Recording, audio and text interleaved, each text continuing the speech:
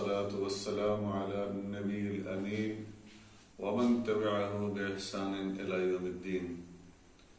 بزرگان ملت، عزیزان گرامی، ابھی اس وقت دنیا کے جو حالات ہیں وہ یقیناً ہر فرد کے لیے، ہر نوع بشر کے لیے انتہائی تشویشناک ہے۔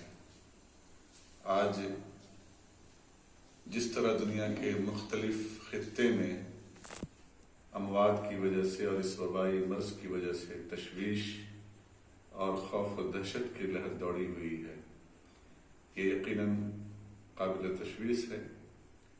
اللہ تعالی ہماری آپ کی پوری انسانیت کی حفاظت فرمائے۔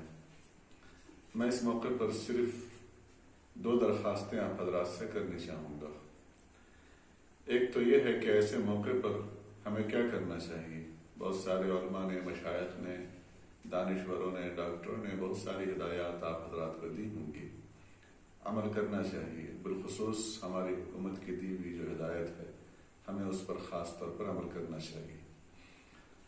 بحیثیت امتی ہونے کے، آپ صلی اللہ علیہ وسلم کا امتی ہونے کے، آپ صلی اللہ علیہ وسلم کے فرمان قرآن و حدیث اور شریعت مطہرہ میں اس سلسلے میں ہمیں رہنمائی ملتی ہے کہ ایسے مواقع پر ہمیں کیا کرنا چاہیے۔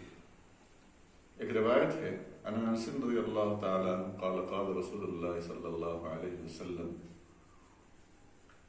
ان الصدقہ لتطفئ غضب الرب وتدفع میتۃ السوء، رواہ الترمذی۔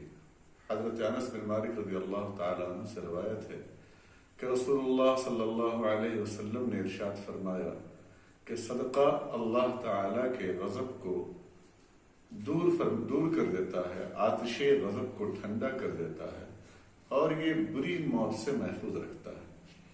جس طرح کی اموات آج ہو رہی ہیں کہ نہ غسل انسان کو میسر ہوتا ہے اور نہ ہی اسے کفن نصیب ہوتا ہے، نہ اسے نماز جنازہ نصیب ہو رہی ہے۔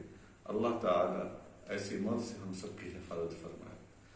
اور اس سے بچنے کے لیے آپ صلی اللہ علیہ وسلم کے فرمان کے مطابق سب سے آسان نسخہ جو یہ بتایا گیا کہ ایسے موقع پر صدقہ کریں۔ صدقے کا مطلب یہ نہیں ہے کہ اگر آپ بھاری بھرکم سرمایہ صرف کرتے ہیں وہی صدقہ ہے۔ صدقہ یہ بھی ہے کہ آپ کے گھر اگر کھانا بن رہا ہے اور آپ کو پتہ ہے کہ آپ کا پڑوسی آج بھوکا ہے، اسے 2 روٹی پہنچا دیتے ہیں تو یہ بھی ایک صدقہ ہے۔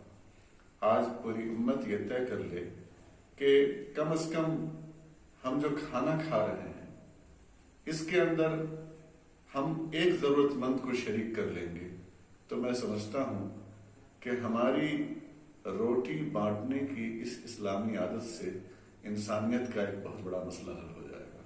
ہمیں یہ سمجھنا ہوگا کہ ساری انسانیت اللہ تعالیٰ کا ایک کنبہ ہے، اللہ تعالیٰ کا خاندان ہے اور اس خاندان کے کسی فرد کو کوئی تکلیف نہیں ہونی چاہیے۔ بڑے بڑے ڈونیشن، بڑی بڑی امداد اہل ثروت دیتے آئے ہیں، وہ بھی دیں، جن کو جو توفیق ہوتی ہے اس سے صدقہ کریں۔ میں عامۃ المسلمین سے، اپنے عام بھائیوں سے، آپ کا یہ بھائی، میں ایک بھائی ہونے کی حیثیت سے اور جمعیت علماء نیپال کا جنرل سیکریٹری ہونے کی حیثیت سے آپ حضرات سے درخواست کرتا ہوں کہ بالخصوص اپنے ان بھائیوں کی مدد ضرور کریں جو روز کماتے ہیں اور روز کھاتے ہیں، ان کے پاس کھانے کا کچھ نہیں ہے۔ اللہ تعالی ہمیں اور آپ کو اس کی توفیق دے اور اس وبائی مرض سے ہم سب کی حفاظت فرمائے۔ وآخر دعوانا الحمدللہ۔